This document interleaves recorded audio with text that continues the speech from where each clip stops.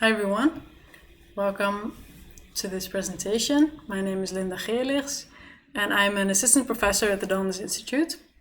And in this talk I'm going to discuss a recent work where we're interested in identifying the neural correlates of event segmentation in the brain and the new methods that we've developed to be able to look at those. So let me start off with talking a little bit about event segmentation. So in our daily lives, we receive continuous sensory input. And in order to be able to understand and remember that input, we need to transform that continuous input into these units or chunks. So for example, think about the event of making tea. So here we can distinguish distinct sub-events of things like getting the tea bag, putting it into the cup, boiling water, and so on. Now, one thing that's interesting about how we organize our experience into events is that the boundaries that we tend to identify between events are often shared across people. So if we show different people the same movie, they tend to indicate the same moment as an event boundary. And the other interesting phenomenon is that these events tend to be organized hierarchically. So for example, we could chunk all of these sub-events into one larger event of making tea, in contrast to the other larger event of making a sandwich. And in this way, we can think of we can organize these events at different hierarchical levels. Now, the way that we organize our experience over time into these events is really crucial for many cognitive functions that we need in our daily lives, but its relevance for memory has been studied a lot in particular. So here I'm just going to illustrate with these two studies. So here a study by Zaks and colleagues, where they have actually looked at the segmentation agreements. So how similar is the way that one person segments their experience over time, behaviorally? How similar is that to the segmentation of all the other people in the group?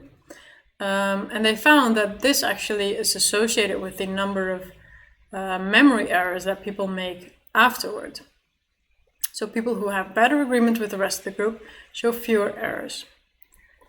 So this already indicates that these event boundaries are very important for memory.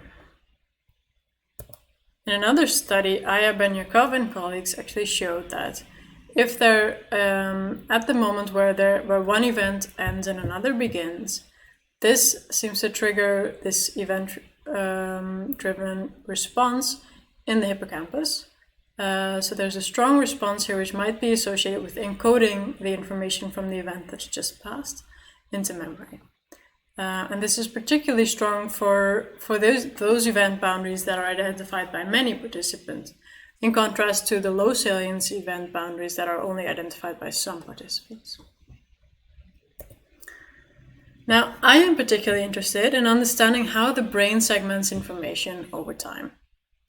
And so I'm going to refer to, in this talk, I'm going to refer to these segmentation in the brain as neural states, in contrast to the events that have been used to describe, that have been used in the behavioral literature, just to make the distinction clear. So Baldessano and colleagues, they developed this really nice method that looked at neural states as stable activity patterns that then switched to another stable activity pattern over time, and they showed that this is actually associated with behavioral event segmentation. So let me go through this in a little bit more detail. So what we're seeing here is a time-by-time correlation matrix, and so we have a neural activity pattern at each time point, and we correlate the neural activity pattern between each pair of time points. So that gives us this matrix. So yellow here indicates strong correlations. And what you can see is that time points that are close together tend to be strongly correlated. And what you can also see is that time points that at some point we find these stable patterns of activity, that then suddenly can switch to a different stable pattern of activity. And these stable patterns are quite dissimilar to each other, as you can see here. And what Chris Baldassano and colleagues did is they developed this hidden Markov model based approach. So it's not really a generic hidden Markov model, but it's an adaptation of that allowed them to identify these neural states as these stable patterns of activity that then suddenly switch to a different stable activity pattern. So here you can see some examples of where we would expect some of these switches to be. Now let me just show you some of the results that they got with this approach. So one of their nice findings is that they were able to match their events, the events that they got from behavioral data to these neural state boundaries that they derived with the hidden Markov model. And they showed that there was significant overlap in many brain regions, including visual areas, angular gyrus, and particularly in the precuneus. And the other interesting finding in their first paper about this is that they showed that there are these very short events in early sensory areas, like visual cortex, and we have much longer events in areas like the precuneus and other parietal regions, where the neural activity patterns remain stable for much longer periods of time. So I got really excited after reading this paper, and I wanted to look into this in more detail and look at which brain regions actually show correspondence to these behavioral events, and what does the timescale of neural state segmentation look like for these other brain regions that were not covered by the Baldassano paper. So while doing this, I ran into a couple of issues. One was that in the CamCan data that we were using, we were not able to come up with an estimate of the number of states that seemed valid. So we actually used the approach that was introduced by Baldassano and colleagues in that same paper, which relies on contrasting the correlations within states with the correlations between all of the different states. And we found that this approach tended to lead to an overestimation of the number of states. The other issue is an issue of time constraints. The HMM takes quite a while to fit, and particularly if you want to estimate a large number of states. And this becomes problematic if you have many searchlights in the brain, and if you don't know how many states you should be fitting. So to deal with these issues, we wanted to develop our own method. And so we had a couple of requirements for that. First of all, we wanted our methods to be able to detect state boundaries, but also detect the optimal number of states. And second of all, we didn't want our method to have any assumptions about where the state boundary should be. The approach should be really data-driven. And third, we wanted the method to be fast so that we could run it without issues over many searchlights and many datasets. Okay, so the methods that we actually developed is called greedy state boundary search. And I'm going to illustrate it here using these types of graphs. So here, what you see is a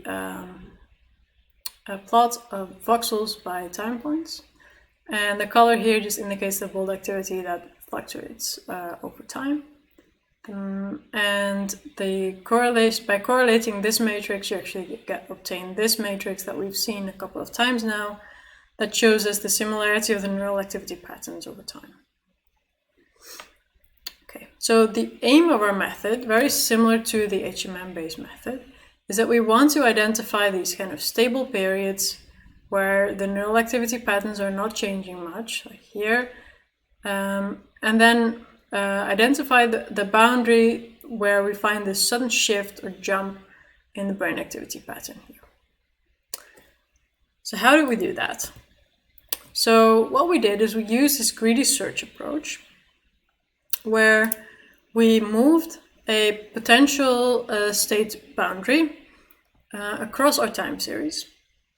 And at each time point where we put this boundary, this resulted in this case in two distinct states, one before the boundary, one after.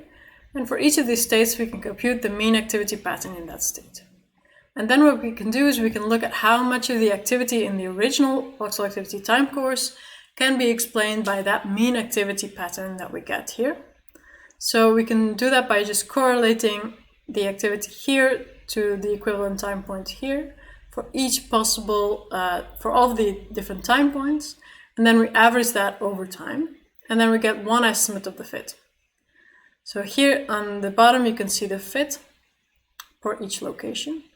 And you can see that there's a clear optimum. So here the mean correlation is highest at this time point if we put the boundary here.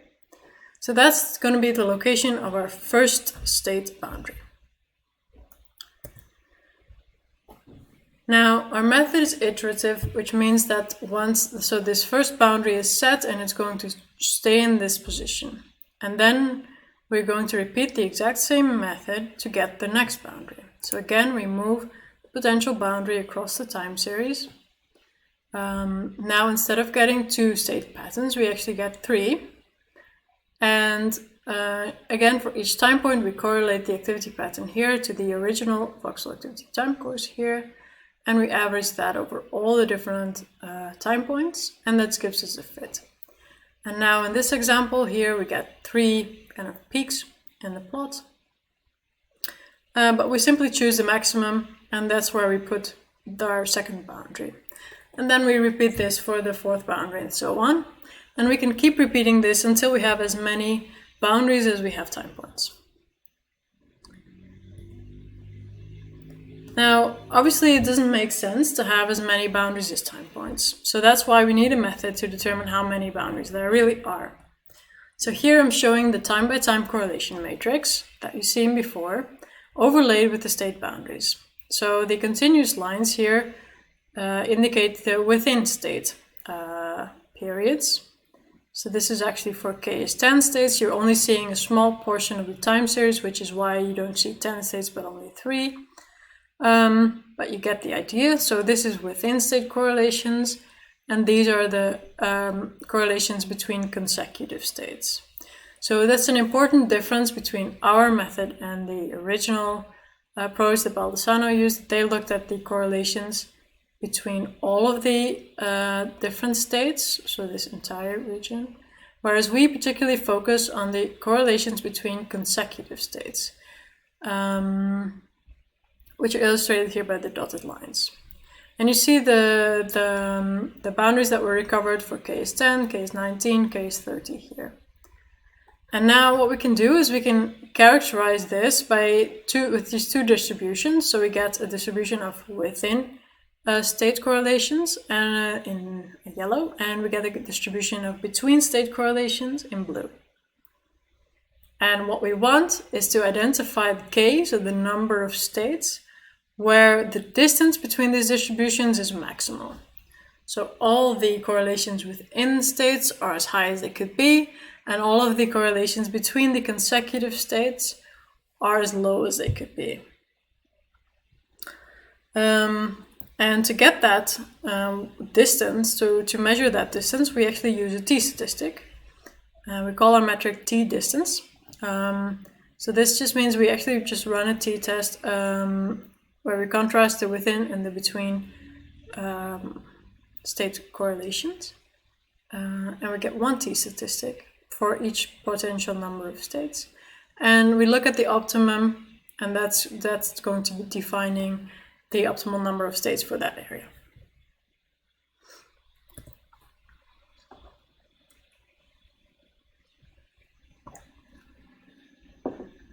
Okay, so next we simulated a bunch of data to find out how well our method was performing. And we contrasted it to the original HMM method as was detailed in the Neuron 2016 paper. So here, what you see on the y-axis is the accuracy, boundary accuracy, so how accurate we're recovering the boundaries that we originally put into our simulation. And on the x-axis, we see the standard deviation of the state lengths. So if this is very low, this means that all the states were approximately equal length. Whereas if the standard deviation is higher, it means that there are more differences in the length, so that we could have very short states and very long states in one time series. So what we see in this graph is that if there is low variability, then both methods perform perfectly. If there is a bit more variability, though, in the state lengths, the GSBS method suffers a bit. The HMM-based method shows quite more substantial declines in performance here. So we wanted to find out what is causing that decline. So we took the worst performing simulation for both the GSBS and for the HMM. So here we see the worst the HMM performance. We see that GSBS, here's the ground truth boundaries in gray, here's the GSBS boundaries in green, and here are the HMM boundaries, and you can see that GSBS recovers them perfectly for this example, but here the HMM actually shows boundaries where there are no actual neural state transitions. And that's because the HMM tends to detect events that have, or states that have approximately the same length. Now, if we look at poor performance for the GSBS approach, instead, we see that there are sometimes these subtle little delays of 1 TR compared to the ground truth boundaries. So that tells us that we shouldn't look too carefully at the exact location of these boundaries, that sometimes we may be 1 TR off, but that the method is still able to actually recover the boundaries pretty well. So one thing to note is that this problem of finding the states that have the same length is partially resolved now in the latest implementation of the HMM method, where they've implemented this new split merge option that can get rid of some of these artifacts. Okay, then we also ran simulations to see how well we're able to determine the number of states. So we contrasted, again, our t-distance metric to the original approach that Balzano and colleagues, which based on the within versus across state correlations. And what we can see is that our t-distance metric is able to recover the simulated number of states perfectly in each case, whereas the within across correlation metric tends to overestimate the number of states, especially when there are more states. So so this shows that our method is performing very well and recovering these states in simulated data. And but we were wondering, though, how well it would perform on real data, where we have much more noise. So here we ran some simulations where we introduced a lot of noise into the data. So on the x-axis here, you can see the amount of noise, which is either equal to the noise in the real data, or it's up to 10 times the noise in the simulated data. So if you focus on the light green bar, this just shows if we try to recover the neural states in one data set. And we can see that as the noise increases, at some point we really start to overestimate the number of states.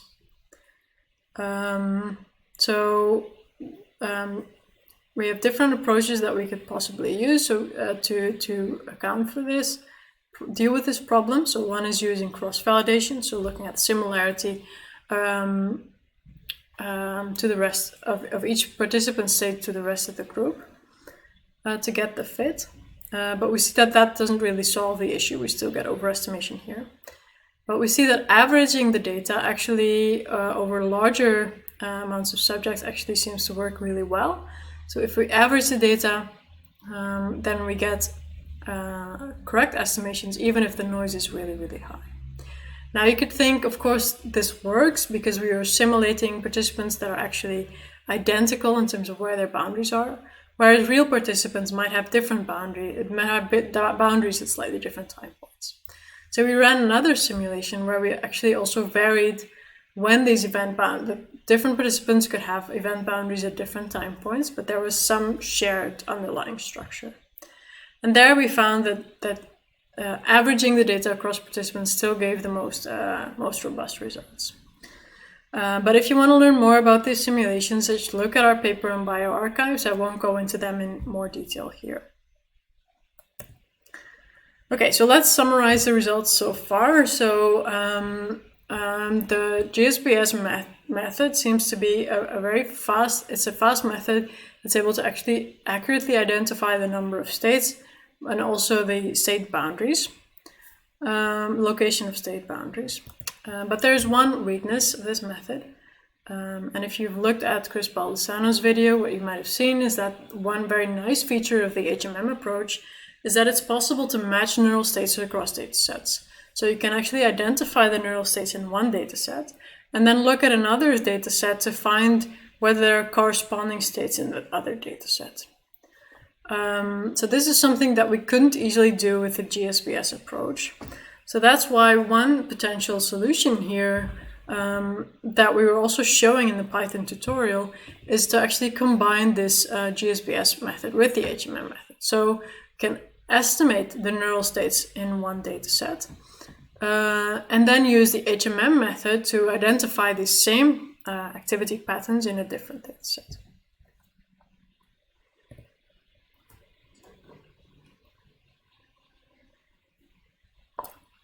Okay, now in this next section, I just want to briefly show you a little bit of the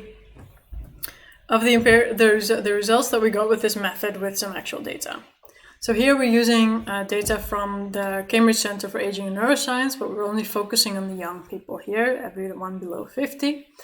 All of these people watched this short film by Alfred Hitchcock called Bang You're Dead.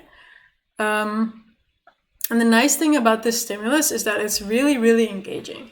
So it's a story about this boy who's playing with his toy gun. He's unpacking his uncle's suitcase and then he finds a gun there.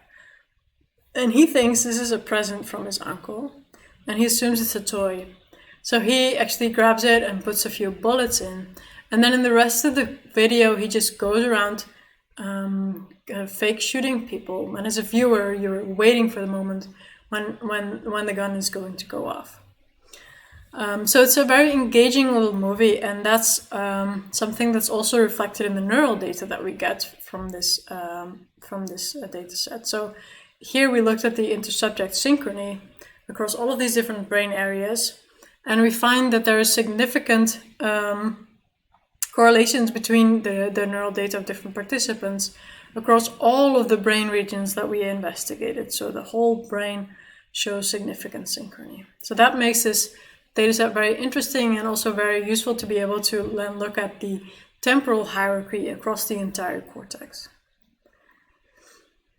So what we did here in terms of pre-processing is that we hyper-aligned the data, which then makes sure that the voxels are optimally aligned across all of the different participants. And then we use a searchlight, which we moved across the brain. And within each of these searchlight centers, we then use the GSBS method to get the neural state boundaries in that area. So here is the first result. Here I'm showing you the temporal hierarchy that we found.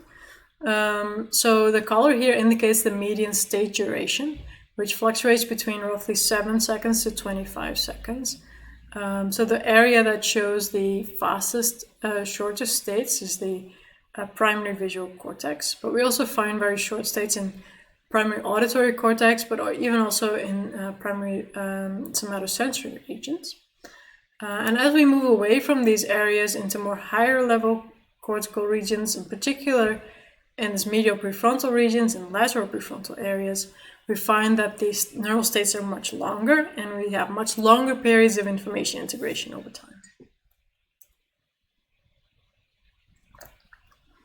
And what you can see in this correlation matrices below is that this is not just an artifact of the or something that's due to the method, this result somehow. So you can see it even by eye, just by looking at these data, where in the medial prefrontal cortex you see these long blocks of stable activity, and in visual cortex we see that there are much more rapid transitions between these activity patterns over time.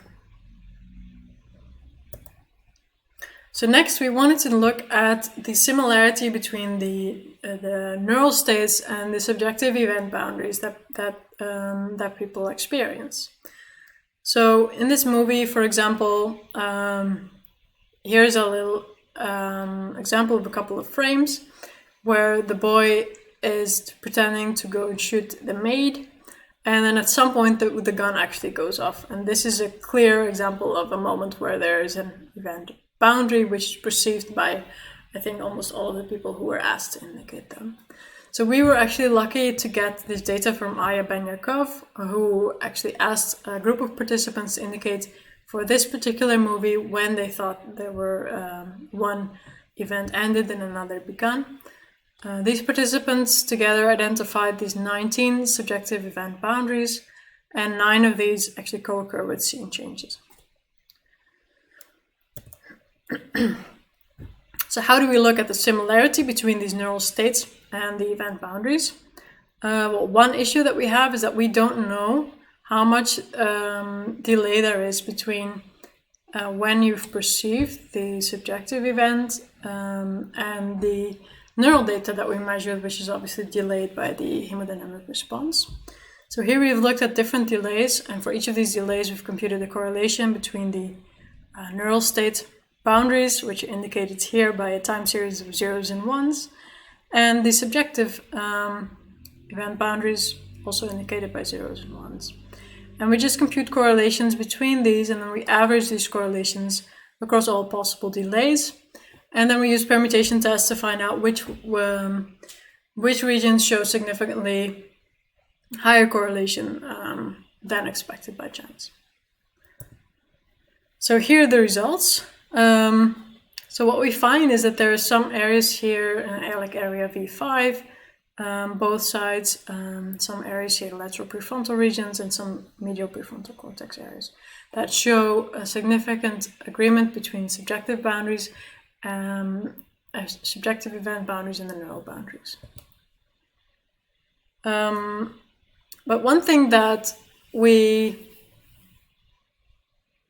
haven't taken into account here is that not all boundaries don't have to be equal. So in some cases, we see that there are very strong transitions in neural activity over time, whereas in other cases, these transitions might be weaker. So to quantify this, we can look at the correlation distance. So we can look at the mean activity pattern within each of these neural states. And then we can look at the similarity of these neural activity pattern across all the consecutive states to indicate the boundary strength. So that basically gives us, instead of a binary on-off vector like we had here, we actually get a vector of some gradients where each boundary strength is indicated with the correlation distance. And then we do exactly the same analysis we did before, correlating this with the subjective events. So now we see, if we do this, that we actually find many, many more brain regions that show a significant association between these subjective event boundaries and the neural state boundaries. We find areas here in the lateral prefrontal cortex, both hemispheres. We still find area V5, but in a much more extensive medial prefrontal activity. So this boundary strength seems to be an important indicator that's just that stronger event boundaries are more likely to be accompanied by a subjective experience of an event boundary. So to conclude this talk, I've talked to you about our new method called GSPS, which is a fast and reliable method for detecting neural state boundaries. And if you want to try it yourself, you can use the state segmentation package in Python, or have a look at our Python tutorial. And with our empirical data, we showed that we can now see this hierarchy of timescales across the entire brain, with very short states in primary sensory regions and very long states and long periods of information integration in areas like medial prefrontal cortex. And finally, I've shown that strong state transitions are actually more likely to be associated with subjective event boundaries. So I want to thank you very much for watching this video, and I want to just acknowledge my collaborators, Marcel van Gerven, Karen Campbell, and Umut Kutschlu, and my funders for supporting this work. And if you have any questions or if you're interested in trying this method, please contact me at this email. Thank you.